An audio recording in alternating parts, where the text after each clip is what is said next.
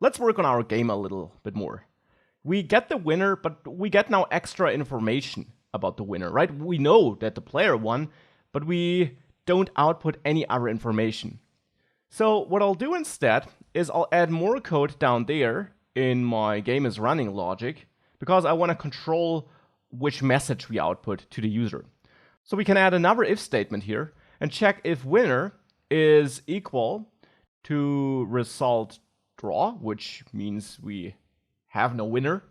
In that case, I want to create a message, and actually that message will be different for other cases. So I'll create it in front of the if statement, because as you learned, if you would create it inside of the if statement, a variable here would only be available in this if block, because let and const create block scoped variables. So in order to have a variable which we can access from any block of our if statement, so also from the else if branches, we need to create it ahead of time.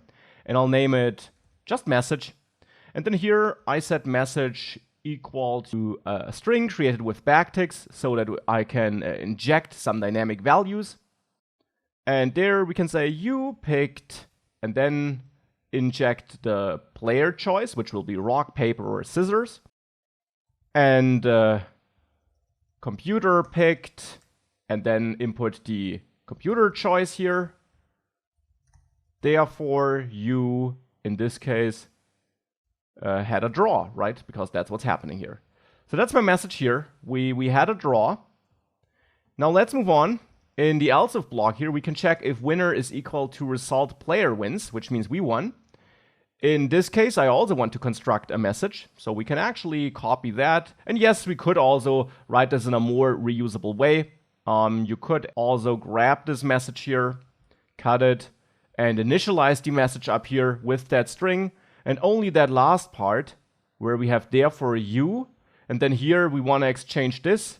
So here we end with just you white space, and then here we set message equal to message plus had a draw in this case to add this. And now here in this else if case we say won, right, because the player won here. And else in the last case, which is that the computer won, we set message equal to message plus lost. And we'll only ever make it in one of these blocks. So these different parts will not be concatenated after each other, but only be added to the space message here. So with that, we're building that message, and I do so that I can show this to the user by calling the built-in alert function here, passing message to it, and this will show the user, well, that the game is over and we had a draw, won or lost. Now, since the game is over, I then also want to set game is running to false here, which essentially means we can now click the button again to start a new game. So here we set it to true, then we execute all these steps, and then we set it to false again. So now with that, if we saved it, let's go back, reload here, start a game, maybe pick rock, and you picked rock, computer also picked rock, therefore we had a draw. Okay, let's click start game again, which should work now. Now rock, computer picked paper, therefore we lost, makes sense. Let's start another game, maybe go with paper this time.